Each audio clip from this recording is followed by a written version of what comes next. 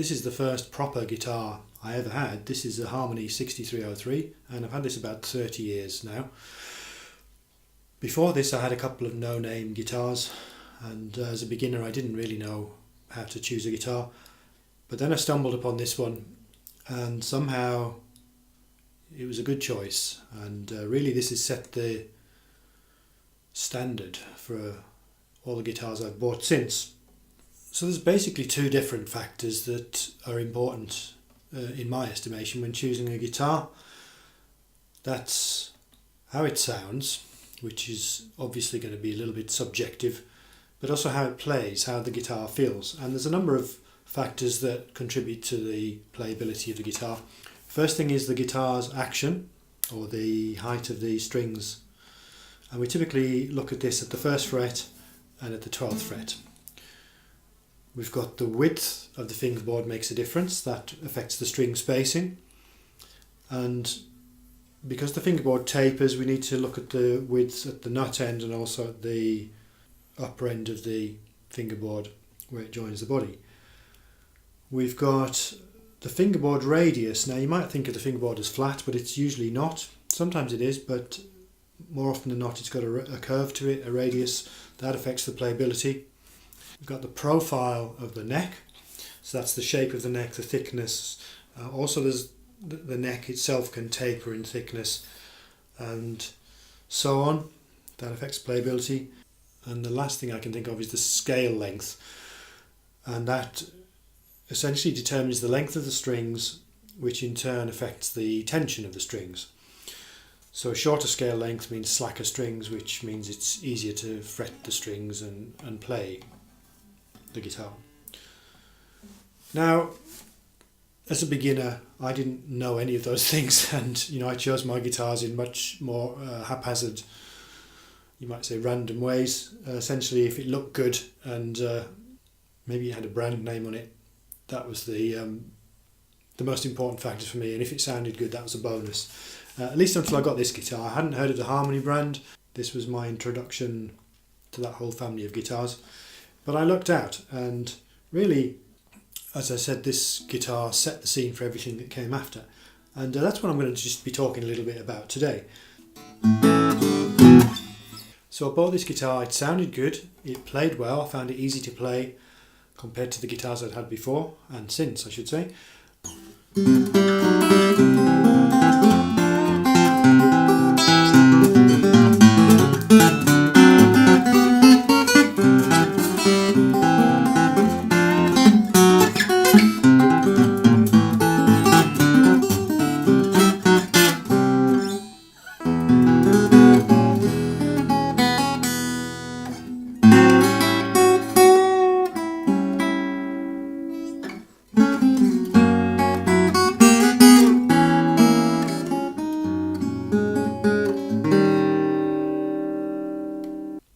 Now the size and shape and the general form of this guitar are, to me, are very aesthetically correct. There's probably two, broadly speaking, styles of acoustic guitar. There's the Dreadnought style, so the Martin D18 and the Martin D series, and this, which is kind of based, well, not kind of based, this is, I think, identical in size and hence probably copied from the Martin OM body orchestra model. And Harmony calls this body shape the Grand Concert. But for me it's a nice compromise, because the tone's different in the Dreadnought and a OM, we'll call it an OM size guitar. So there is a compromise. This is a much shallower body. I don't know if the body shape itself has all that much of an influence, but in terms of tone and bass response and projection and volume, it is a compromise. But I like the way this one sits, I like the way it looks.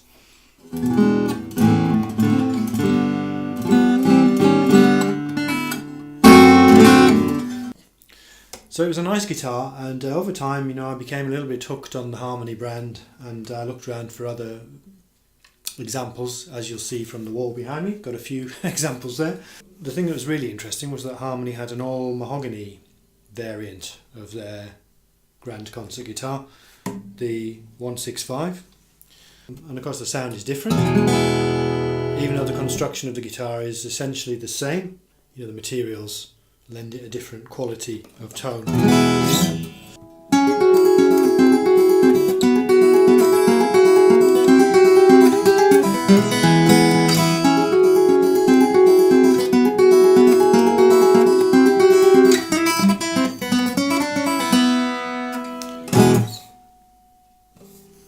And of course, I like the way it looks as well. The idea of an all mahogany guitar was kind of new to me, and I consider it a bit exotic, but it's not that exotic. When you look around, this is a common idiom really, using an all mahogany construction. Now, in every other respect, this guitar has the same dimensions, the fingerboard and so on. We'll talk about this in more detail in a while, but playability wise, assuming the correct setup, there's very little difference between this and the 6303, which is a later model of the 1203, which is a couple of guitars you see behind me here. Now, looking around at mahogany guitars in general, and at the 165 in particular, I did discover that Fender has a guitar in its current lineup called the Tim Armstrong Hellcat. Which, now I don't know who Tim Armstrong is, but evidently he's sufficiently well known as a musician to have a signature model guitar. And the story is that Tim Armstrong writes all of his songs on an old Fender acoustic guitar, which is an all mahogany guitar, and that's a Fender 1030 from the 1960s. Now, if you know your harmony guitars, you may know that the Fender 1030 wasn't actually made by Fender.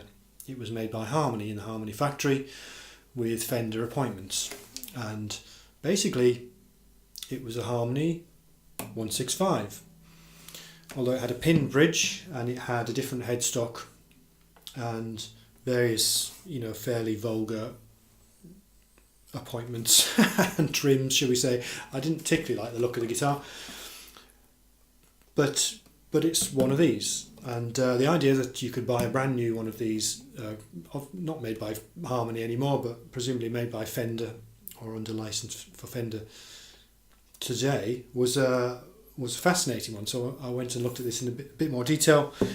Now, having said that, if I didn't like the look of the original Harmony made Fender 1030, the new one was the same, but a little bit downhill of that. Instead of dots as the fret markers, it uses these little inlays of, cats or something, or I don't know what the hell they are, and there's a skull somewhere on it as well, so it looks pretty crass. The other things I learned about that guitar were it has electronics built in, which, I'm not knocking that as a bad thing, but it's not original. The other thing is about having electronics, which would be a pickup and a preamp built in. You've got a big chunk out at the top here for the volume and tone controls and so on, which again aesthetically I think is not something I'm particularly interested in. And worse than that, the Tim Armstrong Hellcat Fender reissue, so called, actually has laminated sides and back. It's mahogany laminate, but this guitar has solid woods all round, so not ideal and not quite as interesting as I first thought it was. But in researching that guitar and with a bit more googling, I realised that an all mahogany guitar wasn't such a unique item, and other people offered one, and the one that caught my eye was the Martin 00015. I was looking at Martins. I've always had a fascination with the idea of owning a Martin guitar. The 00015 was an all mahogany, same size as this guitar, because it has the OM body, which, as we've established, Harmony is essentially copied in the grand concert. And in terms of Martin guitars, it was relatively affordable, and so I bought one. This guitar was very much in my mind, and I just happened to drop into my local music shop for a browse, and they had one, and I played it, and I was offered a reasonably good price. So I took it away, and here it is. I'll just put this next to the Harmony.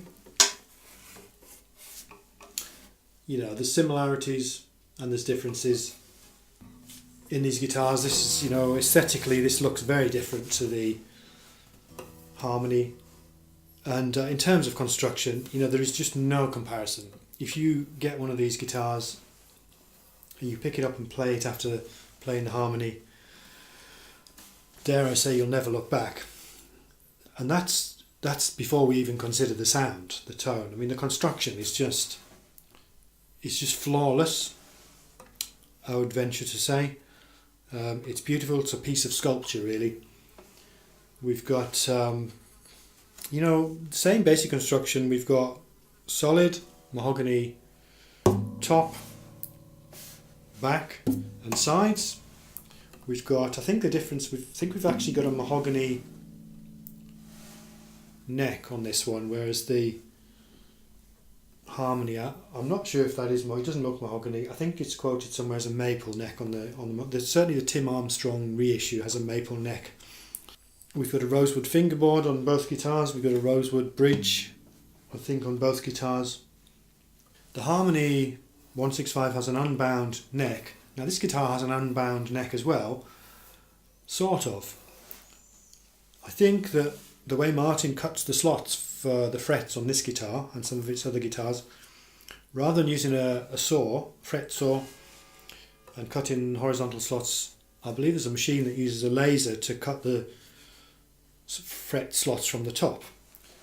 And so the slots, you may see this on the video or not, the slots are actually, they don't extend off the edge of the fingerboard. So you get the effect of a bound fingerboard without any actual additional binding. And it looks great and it just feels so super smooth. The neck on this is, I think it's called a modified low oval in Martin's catalogue.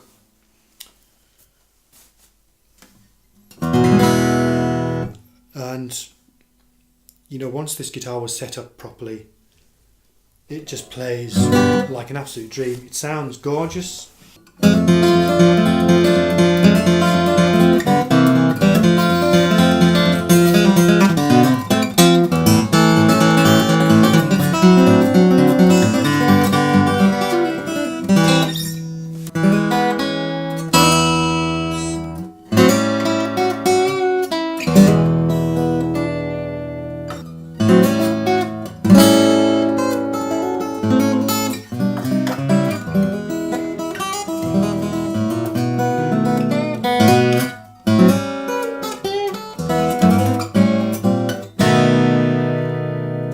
So that was the Martin 00015. I've got nothing bad to say about this guitar. This is pretty much a perfect guitar in my book. Now you might think it's a bit disloyal because this is not a Harmony guitar after all. But this guitar pretty much is what Harmony was copying with the 165. This is obviously a modern incarnation of the 00015, but the 15 series was around in the 1940s. And that in turn was, I think, an economical alternative to the original Martin 17 series, all mahogany guitars. So when Harmony chose to build a grand concert guitar of mahogany, this is essentially what they were mimicking. And this is just a much better guitar all round. The one slight advantage that you might say the 165 has is in the dimensions of the fingerboard. Now this is something we're going to talk about in detail here. This is coming back to those playability variables that I talked about earlier. And this is what really got me started in looking at this stuff in detail. This has a narrower fingerboard down at the nut end, certainly, than the Harmonies. And this is the one regret I have about this particular guitar. If you look at Martin's specifications, you'll discover that, broadly speaking, they have two different scale lengths for the guitars, and they have, I'm simplifying this a little bit, but two different nut widths, or two different fingerboard widths. And as we'll see, the Harmonies and the Martins have very similar specifications, but they're not the same. And it's interesting to just compare the two. The guitars I was interested in from Martin, looking beyond this one, were the 0018, the 0028, and the OM series. So the OM21 was the one I was looking at. Those are all expensive guitars. They're they're in the around about £2,000 to £2,500 mark. And I did rather ambitiously have my sights set on owning one of those guitars. But when you compare the specs on Martin's website, it can be a little bit bewildering. There's subtle differences in the specs. So taking this one as a starting point, the 0015M has a 25.5 inch scale length. It's actually 25.4 inches. Everything's in inches because this is an American built guitar. And at the nut it has a 1 11/16 width. I think it then has 2 1/8 of an inch at the 12th fret, so there's a taper, it gets fatter towards the 12th fret. And the other thing it has in terms of the profile of the neck, it has a very nice low profile neck. I think Martin calls this the modified low oval profile. I'm not sure what it's modified from, but in a way this is quite reminiscent of the 6303, which has a kind of a C-shaped neck. It's fatter than this Martin profile, but if you compare it with the 1203 or with the 165, the 6303 is closer to the Martin's modified low oval. This 165 has quite a chunky, almost sort of semicircular neck, just like the old 1203s. But coming back to the dimensions, so this one has 1 11/16 at the nut. But looking at the other Martin guitars that I was interested in, the OM series, for example, and also the 0018 have a wider nut. And just to add another variable in there, the 0018 has a shorter scale length. It has a half an inch shorter scale length, so 25 inches or 24.9 in fact, which ought to make the strings a little bit slacker. So that's where I was going next with my thinking. So this is the Martin 0018. Now if you're thinking of buying one of these, you've probably done your research, but we'll just go through the headlines. This is a spruce top guitar, and the back and sides are mahogany. The neck looks like mahogany. I'm not sure about that. We've got a ebony fingerboard and bridge, and I think we've got a rosewood head plate at the top. That's about all I can think of. Tortoiseshell binding and scratch plate. It's a beautiful guitar, very highly polished. Almost don't want to touch it in case we get any marks on it.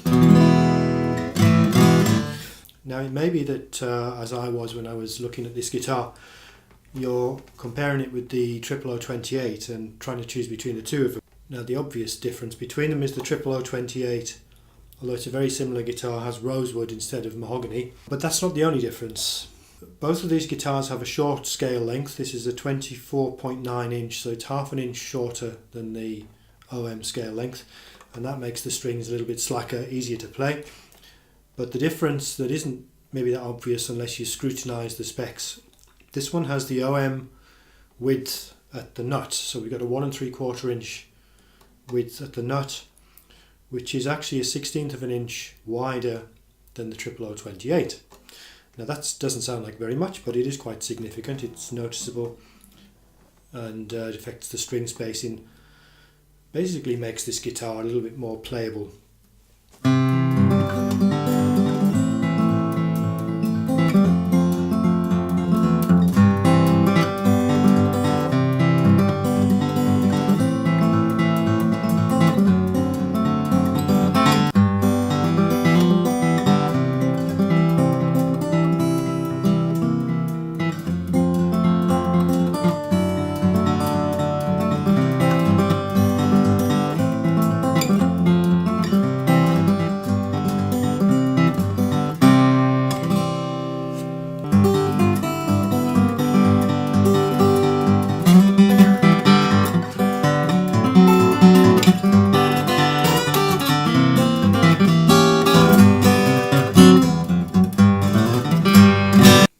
thinking of those numbers, it's interesting to take those and compare them to the dimensions of the harmony. And that's where we came in really. I picked up this guitar without knowing much at all about guitars or playability, and just by happenstance it turned out to be very playable. And it's interesting to find that the dimensions kind of orbit around those Martin standards. Curiously enough, if we put the Martin specs, I suppose, in order of less playable to more playable, we find a narrow. Now this is subjective, and it depends on the kind of things you want to play. I play, you probably recognise, finger style. So for my style of playing, the narrower neck makes it less playable, the wider neck makes it more playable. Likewise, I guess the shorter scale length is more playable because it's easier to bend the notes, easier to fret them with a bar chord.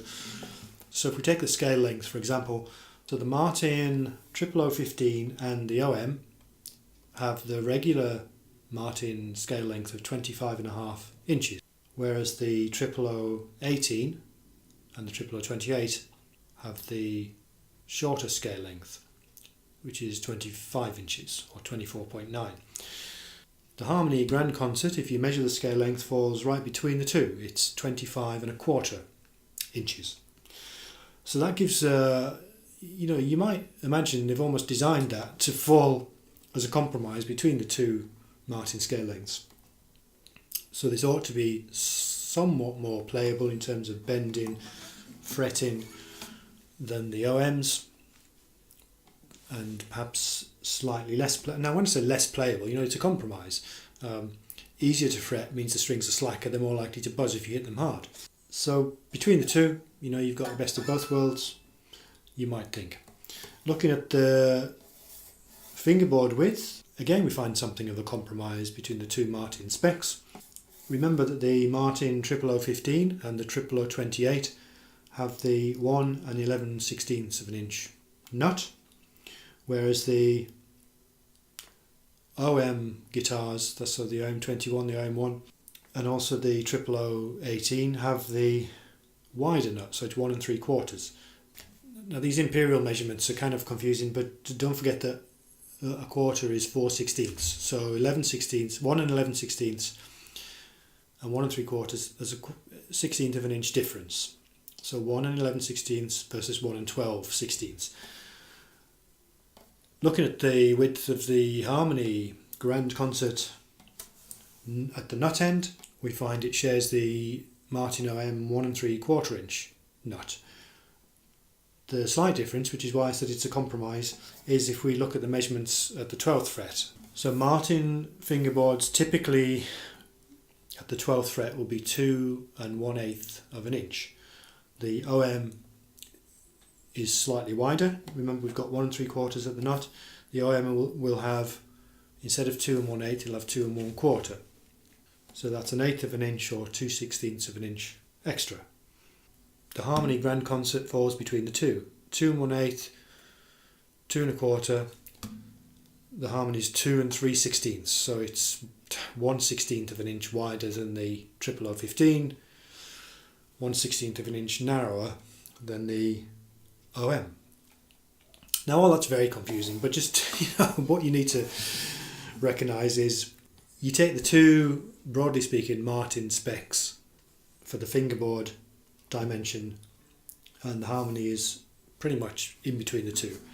So you can see that this guitar and the other Harmonies actually owe a lot to Martin in terms of the design and the dimensions. Another slight curiosity is the Martins have 20 frets in total. The Harmony Grand Concerts have 19.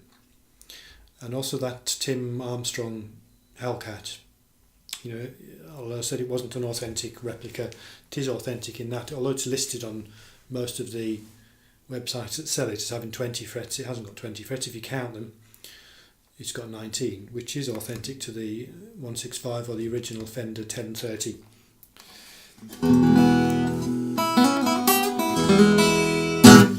So at the end of the day, I've got investment in Harmony and in Martin now, and swapping backwards and forwards between the two guitars, or the two marks, is very comfortable because of those similarities, but it's also just interesting to keep in mind the differences. And if we were to complete the loop, the one combination we haven't looked at in terms of the Martin specs is the regular or longer scale length and the OM size fingerboard. And we can remedy that by having a look at this guitar. This is an OM1 from Martin. Now this is significantly down market, if you like, in terms of cost and quality of materials, although not quality of construction, than the 00018. It's about half the price. What can I tell you about this? Well, it's an OM, so in terms of specs, you can tell it's an OM by the way the most obvious thing is the OMs have this teardrop scratch plate. But in terms of fingerboard dimensions, we've got 1 3/4 inches at the nut, we've got 2 1/4 at the 12th fret, which you can actually feel, just doing that, having just put down the Harmony and the 00015, you can just, with your eyes closed, you can feel that that's a thicker width, even though it's only 1/8 of an inch. Doesn't sound like a lot, but it's significant. Apart from that width difference, we've got the modified low oval fingerboard. Again, the fingerboard construction, neck, modified low oval neck. The materials are different. Let me just take you around this guitar. This is not a flashy guitar by any means, but in its own kind of austere way, I think it is fairly attractive. We've got Sitka spruce top, so no compromise there. It's unfinished in the sense that I say it's unfinished. I mean, it's been obviously, I guess, treated in some sense, but there's no lacquer visible on this. It's not shiny, it's a sort of satin finish. So Sitka spruce top, we've got rosewood fingerboard, rosewood bridge. The back and sides are solid wood, but they're not mahogany. They can look like mahogany. This is I don't know how you say it, sapele or sapele, solid wood. The binding is this stuff called Bolteron. I'm not sure what that is. I think that's an acrylic man-made material. The neck is interesting. It's very curious. I'm not particularly fond of the look of this neck. It's called Stratabond, and the name is the clue. It's a laminate, basically. Now, having a laminated neck, you might think it's a compromise, but there's a lot of advantages to having a laminated neck in terms of stability. I understand this is very dense material, and it actually feels quite heavy, but it's super strong. And I don't think it's going to make any compromise to the tone and playability of the guitar. The only other compromise we have here is this head plate. It looks like rosewood. Now I'm given to understand that's actually a fake. It's actually HPL, high pressure laminate, which is some sort of man-made plasticky formica type of thing. Essentially with a photograph of a piece of East Indian rosewood in there. So that's, if you don't know that, you think we've got a rosewood head plate, but we're not going to bother with that.